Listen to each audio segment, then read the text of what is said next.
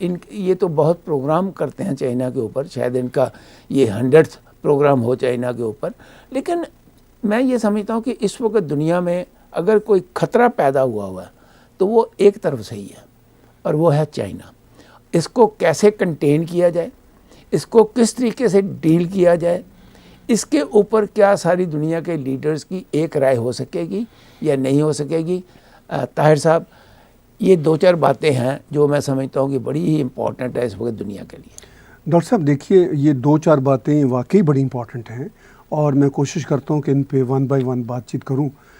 جہاں تک آپ نے پہلی بات چھیڑی کہ دنیا کو کیا اندازہ نہیں ہوا کہ چائنا کتنا بڑا خطرہ ہو سکتا ہے، دوسری آپ نے بات چھیڑی کہ جو چائنا کا کمیونسٹ سٹرکچر ہے وہ رشیا کے کمیونسٹ سٹرکچر سے بالکل مختلف ہے۔ یہ دونوں باتیں درست ہیں۔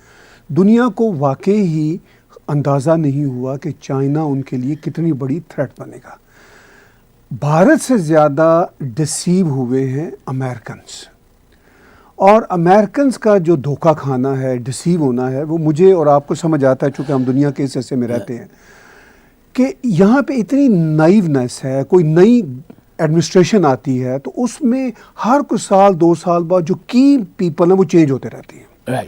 جب کسی کو بات تھوڑی سی سمجھ آنا شروع ہوتی ہے، وہ نیا کوئی ایڈمنسٹریٹر آ جاتا ہے، اور جب نیا ایڈمنسٹریٹر آتا ہے تو چائنا اس کا ایک ریڈ کارپیٹڈ وزٹ کرواتا ہے، اور وہ پھر اس طرح کا دورہ ہوتا ہے کہ وہ ساری کی ساری محنت جو ہے نا سمجھنے کی، وہ کھو کھاتے میں چلی جاتی ہے۔ پر پینٹاگن کا جو رول ہے وہ تو نہیں ختم ہوتا نا، پینٹاگن تو اپنی پالیسیز بنا رہا ہے۔ سر دیکھیے، پینٹاگون پالیسیز بنا رہا ہے، لیکن اب مثلا مائک پومپیو ہیں، یہ سمجھتے ہیں چین کو۔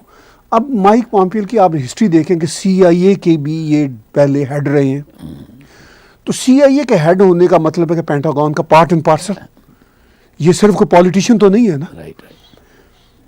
اچھا، تو یہ اس لیول کے اگر جب لوگ ہوتے ہیں تو ان کو بات سمجھ آتی ہے۔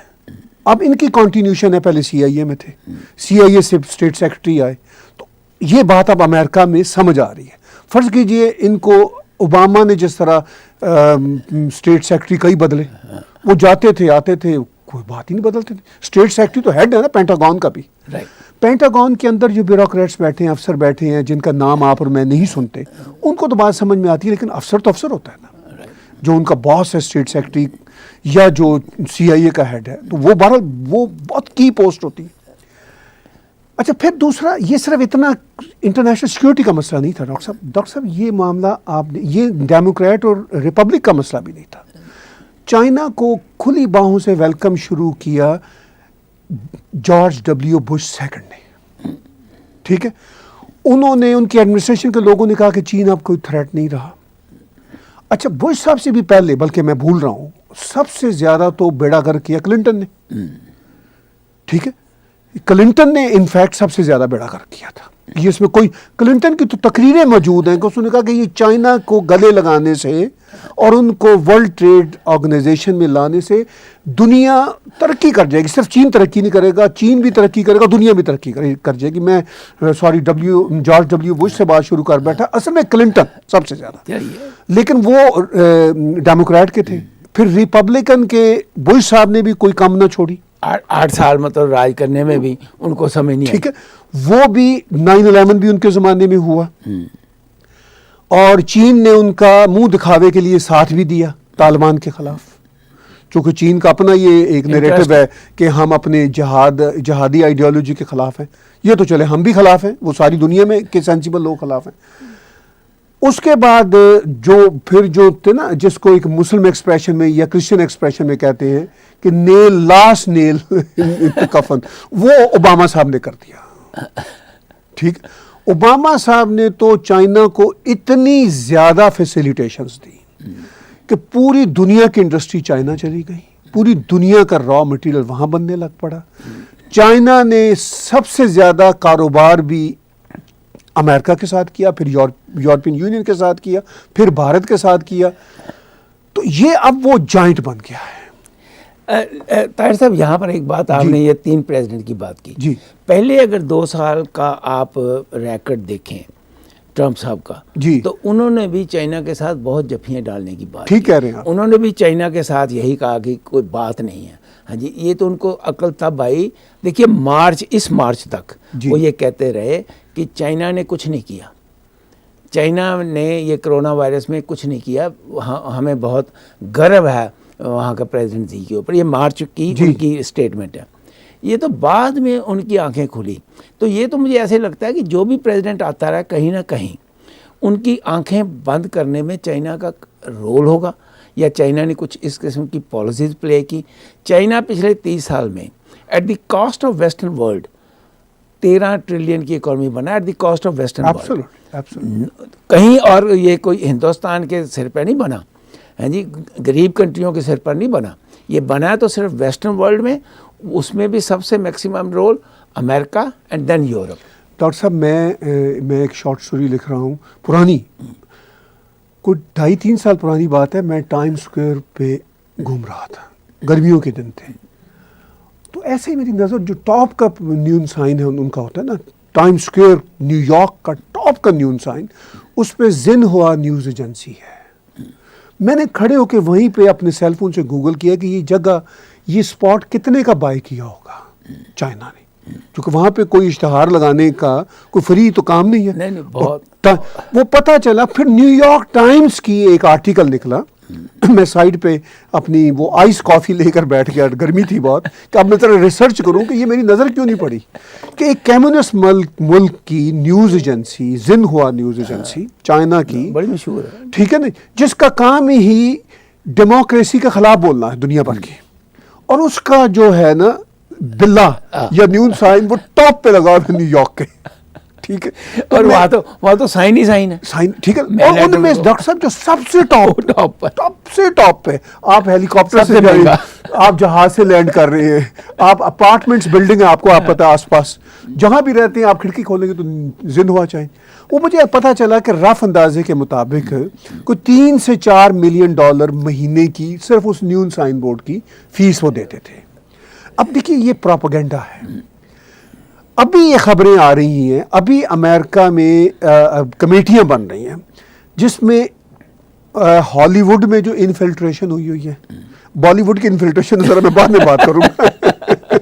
یہ جو ایکٹر بول نہیں نہ رہے, عامر خان اینڈ کمپنی, سارے ان کی فلمیں وہاں پہ جاتی ہیں نا بہت زیادہ, اور وہاں پہ جناب 300 کروڑ سے لے کے 1500 کروڑ کماتے ہیں. ٹھیک ہے. اچھا اب وہ انہوں نے کیا کیا ہوا ہے چائنیز نے, چونکہ امریکہ بہت امپورٹنٹ کنٹری ہے, مطلب فار دا پاسٹ ڈاکٹر صاحب آلموسٹ 80-90 ایئرس سے امریکہ دنیا کا آلموسٹ نمبر 1 کنٹری ہر لحاظ سے, there is no doubt about ٹھیک ہے it. نا. اچھا انہوں نے, چائنا نے یہ چالاکی کی کہ پہلے تو کاروبار ان کے ساتھ کریں, ان کا جوتا انہی کے سر پہ مارے, ان کو چیزیں بیچیں, ان سے پیسہ لیں, ان کو ادھار دیں, اور انہی کا کیپٹل وہاں لگوائیں. انہی کا اچھا چائنا میں ان کی جو بڑی بڑی کمپنیاں, ان کو وہاں لے کے جا کے, اور ان کو کوئی یہ زمین ہے, یہ لیبر کی کاسٹ ہے, آپ وہاں کیوں بناتے ہو, یہاں بنائیے. تو وہ 800 بلین ڈالر کا آپ بتائیے ٹریڈ ایک کنٹری کے ساتھ. ڈاکٹر صاحب اب تو میں آج کل یہ دیکھ رہا ہوں کہ آئی فون جو میں نے آگے بدلنا ہے وہ کہیں چائنا کے باہر کا ہو تو میں آئی فون لوں, ورنہ میں یہی پرانا آئی فون اپنے پاس رکھوں. چنتا مت کریے, آئی فون والے ہندوستان میں جو ہیں وہ فیکٹری لگا رہے ہیں. گڈ فار دیم, انہوں نے کنفرم کر دیا. گڈ فار دیم, وہ میں نے بھی خبر پڑھی. اچھا لیکن معاملہ یہ ہے کہ آئی فون امریکہ کا آئیکن ہے, بن وہ زیادہ تر چائنا میں رہا ہے, ٹھیک ہے. وہی ڈاکٹر صاحب آپ کی بات, بھائی ایک بات ہی نہیں, کاریں دیکھیے, جی ایم کی کاریں دیکھیے, دوسری کاریں, وہی مطلب کہ وہ انہی کے جوتوں سے انہی کے ساتھ لال کر رہے ہیں, یہ والی کیفیت بنی. تو اس میں ظاہر ہے ان کی غلطی. اچھا وہ ڈاکٹر صاحب آپ نے ایک بڑا سوال کھڑا کیا کہ یہ کیسے ہوا. میں وہ آپ کو انفلٹریشن کی, وہ پروپیگنڈے سے میں نے بات شروع کی, پھر یہ ہالی ووڈ میں گھسے.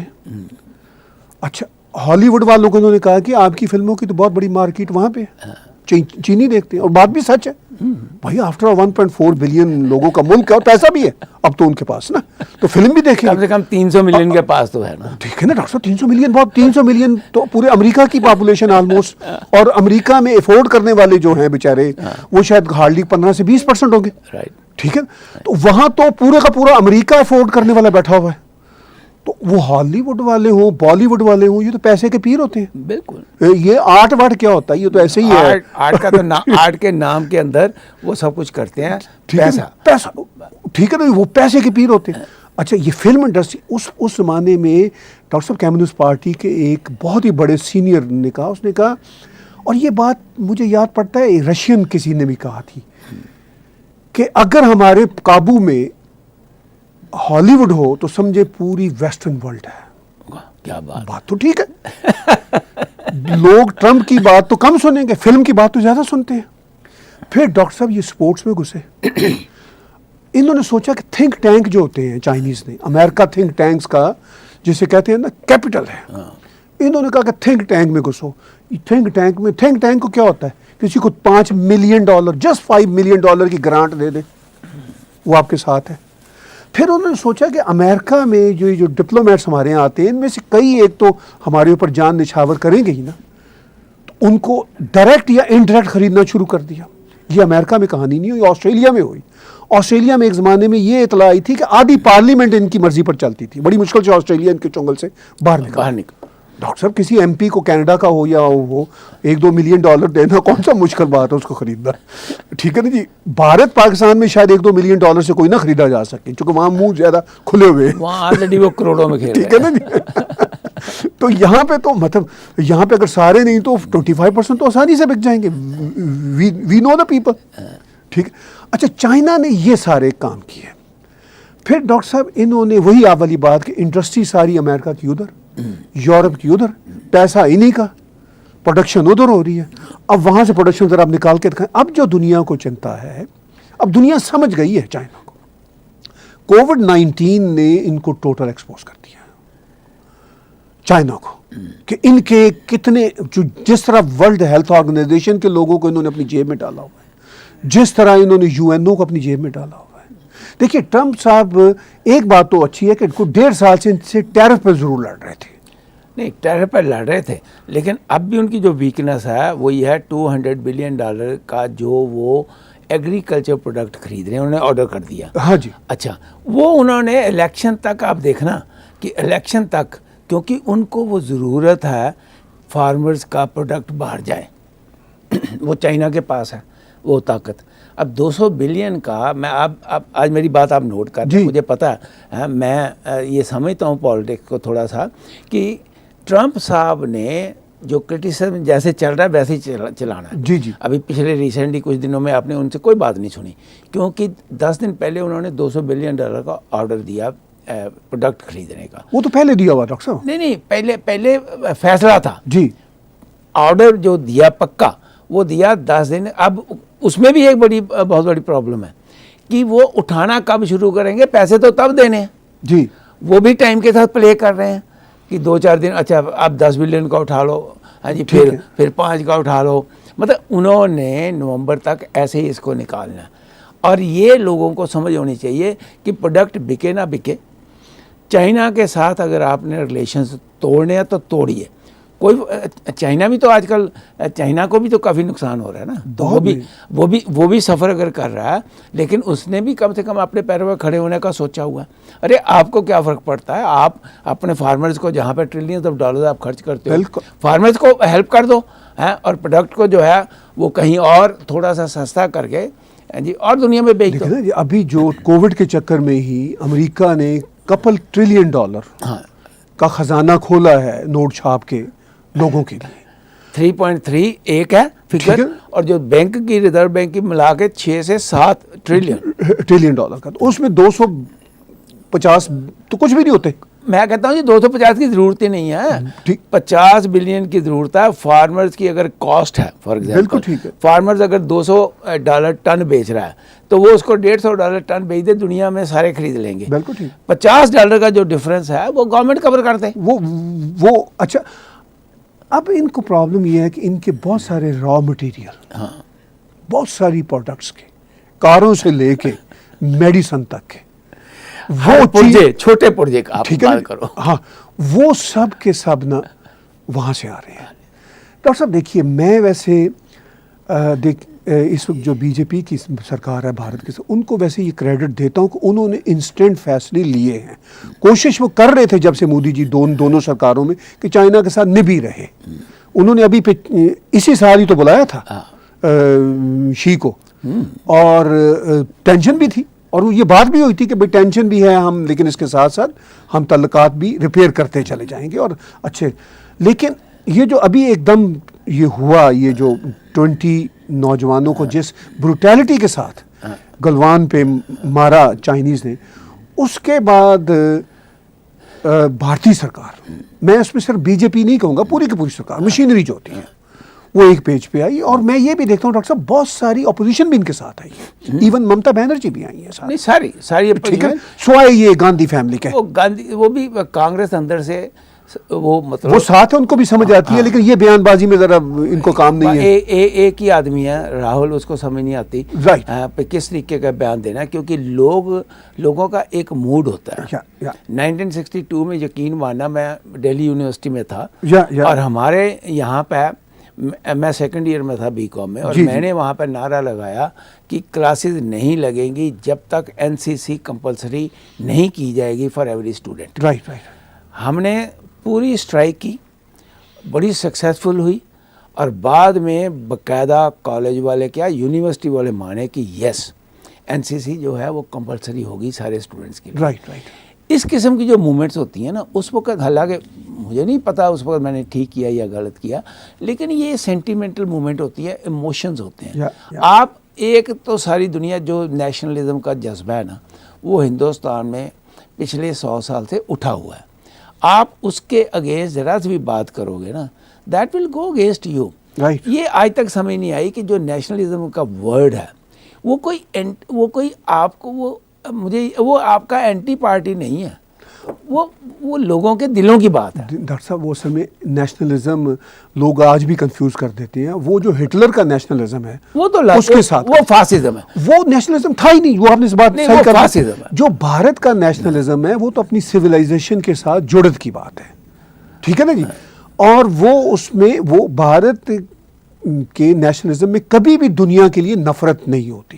وہ آپس کے اندر کے ایشوز ہوتے ہیں، کانفلکٹس آپس میں ہوتے ہیں which are quite natural. وہ کوئی ہیومن ایشو ہے، ڈیموکریٹک سیٹ اپ ہے اس سارے کھیل تماشے میں. لیکن مودی صاحب نے جو آج ہی تقریر کی ہے وہ بڑی امپورٹنٹ ہے، چونکہ یہ بات کھل کے کہنا ہیڈ آف دا اسٹیٹ کا یہ کوئی آسان نہیں ہوتا، کیونکہ چائنا کی طرف سے یہ کچھ ایسی اسٹیٹمنٹ شی کی طرف سے تو ابھی تک نہیں آ رہی.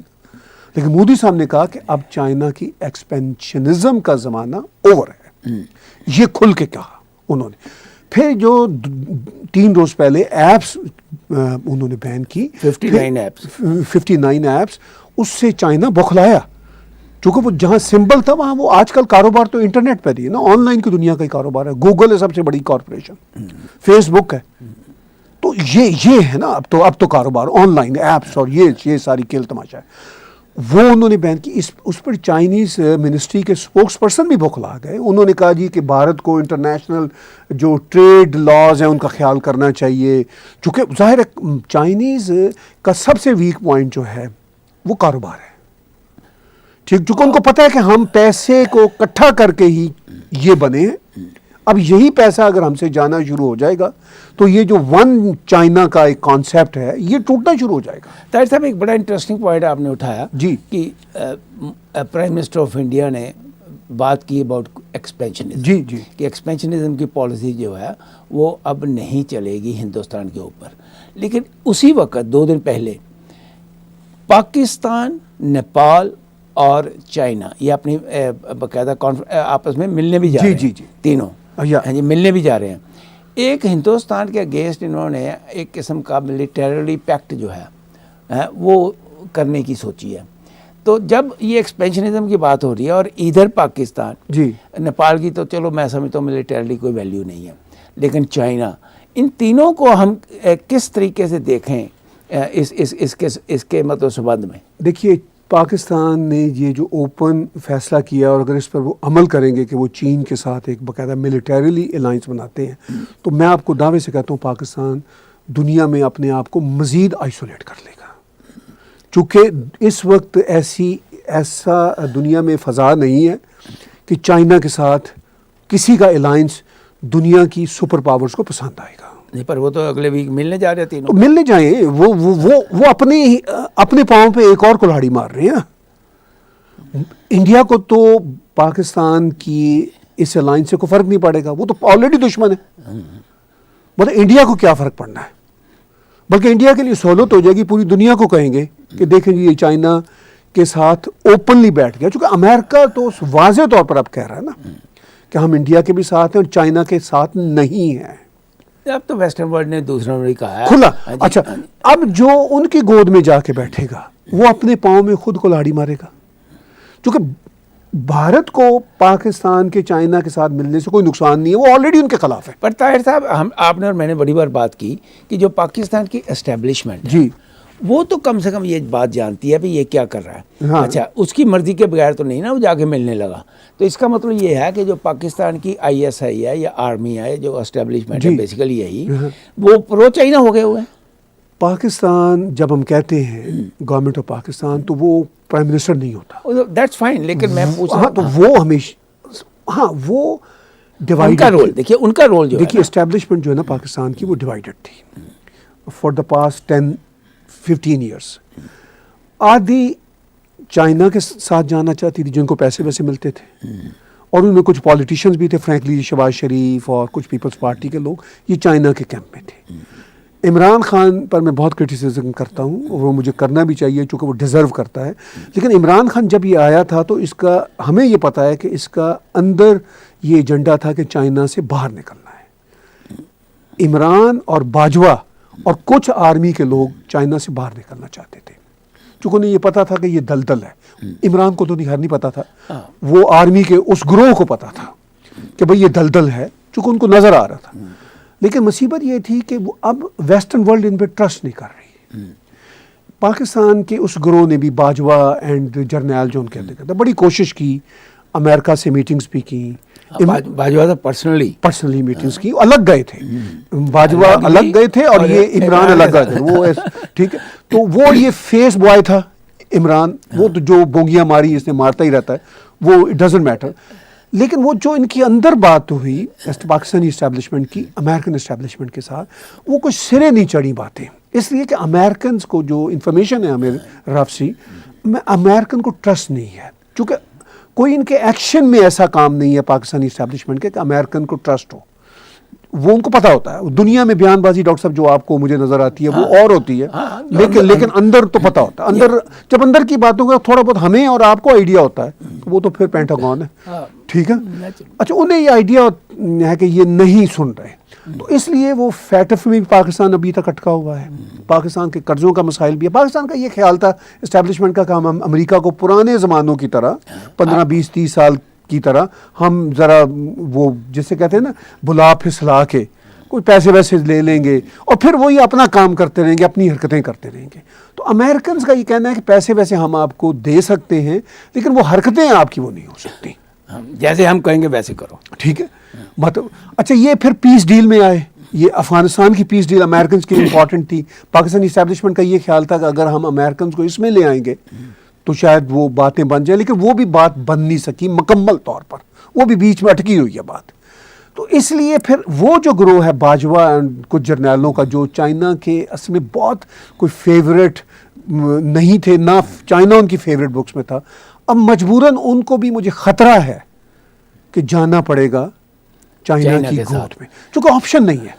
میں اس میں دیکھیے اس میں پاکستان کی مجبوری بھی آپ کو بتاؤں نا، پاکستان کے پاس کوئی آپشن نہیں. اتنا میس کیا ہوا ہے اسٹیبلشمنٹ نے کہ یا تو پھر ویسٹ ان کو گود میں واپس لے لے. ویسٹ گود میں ان شرطوں کے ساتھ واپس لینا نہیں چاہتا اور یہ انہی شرطوں کے ساتھ آنا چاہتے ہیں تقریباً وہ پھر وہ ہو نہیں رہا. نہیں، پر ایٹ دی سیم ٹائم دیکھیے جی جو وہاں کی اسٹیبلشمنٹ ہے، ایک بات تو پکی ہے نا کہ وہ اینٹی انڈین ہے. وہ تو پکی بات ہے، دونوں گروہ اینٹی انڈین ہیں، مطلب وہ تو پکے، that goes without seeing. Absolutely. اچھا اگر وہ اینٹی انڈین ہے اور امریکہ جو ہے وہ انڈیا کو اپنے ساتھ اب پکا ساتھ ملا لیا، مل ہی گیا ہوا ہے، اس میں کوئی شک نہیں ہے. اسرائیل بھی ساتھ مل گیا ہوا ہے جی انڈیا کے ساتھ. بالکل ٹھیک ہے. یہ جتنی بھی فورس دو ہی کاؤنٹ کرتی ہیں. دیکھیے یورپ کاؤنٹ نہیں کرتا میری اپنی نظر میں. یورپ میں سر وہ نیٹو آ جاتا ہے نا، تو نیٹو امریکہ کے ساتھ ہے. مطلب یورپ ویسے بھی کاؤنٹ نہیں کرتا اتنا بڑا. ہاں امپورٹنٹ چیز یہ ہے کہ اسرائیل اینڈ امریکہ. یورپ میں ڈاکٹر صاحب میں کچھ ملک ہیں جیسے انگلینڈ، فرانس، جرمنی، یہ ابھی بھی بہت کاؤنٹ نہیں یہ کاؤنٹ کرتے ہیں اکنامیکلی.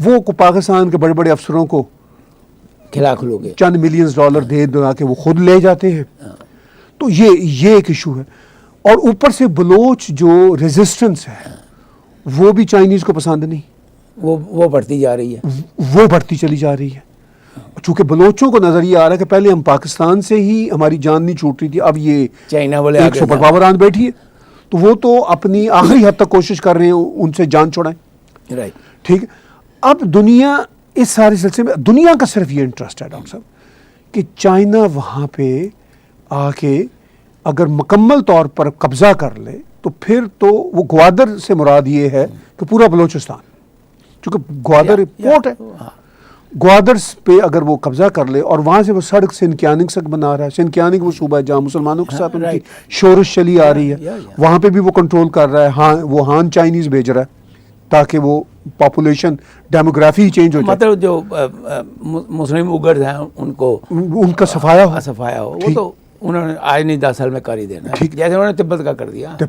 اب اس ساری صورتحال میں اب یہ ہے کہ دنیا میں یہ اب ایک سرد جنگ اور تھرڈ ورلڈ وار کے بیچ والی کیفیت ہے, یعنی کولڈ وار نہیں ہے یہ, صرف کولڈ وار ذرا ہلکی چیز ہے. ہاں یہ اس سے اب تھوڑا سا یہ اس سے بڑی ڈگری ہے, یہ اس کے بیچ کی اب یہ یعنی یہ ویری کرتے, یہ پینڈولم ہے کولڈ وار سے تھرڈ ورلڈ وار, اس کے بیچ اب چلتا رہے گا اور سیڈلی یہ اس ریجن میں اب یہ کھیلی جائے گی. اگر آپ کا سوال یہ کہ چائنا بدلے گا یا نہیں بدلے گا, بدلے گا نہیں.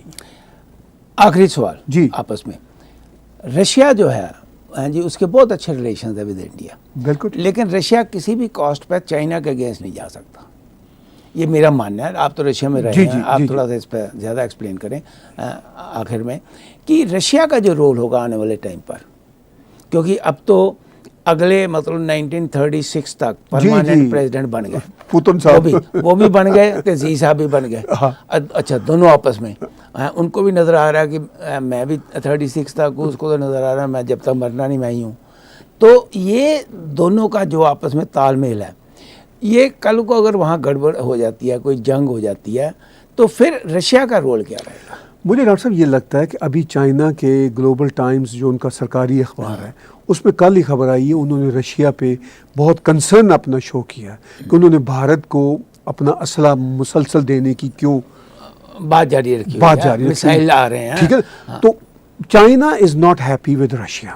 اچھا, اب اگر چائنا رشیا کو بھی اپنی وہ لینا چاہتا تھا پنجے میں یا شکنجے میں, دونوں ہی باتیں, لیکن رشیا بہرحال جیسا بھی ہے, ڈکٹیٹرشپ ہے, جو بھی ہے, رشیا اتنا سمجھدار اور وہ بھی ایک پاور ہے, وہ کبھی چائنا کی گود میں نہیں گئے, چونکہ ان کو یہ پتا ہے کہ ہمارے پاس انرجی کے اتنے بڑے ریسورسز ہیں. وہ صرف اور صرف چائنا کو وہ بیچنے میں انٹرسٹڈ ہے. رشیا کے انٹرسٹ دو ہیں, چائنا کو بیچنے کے انٹرسٹ میں ہے.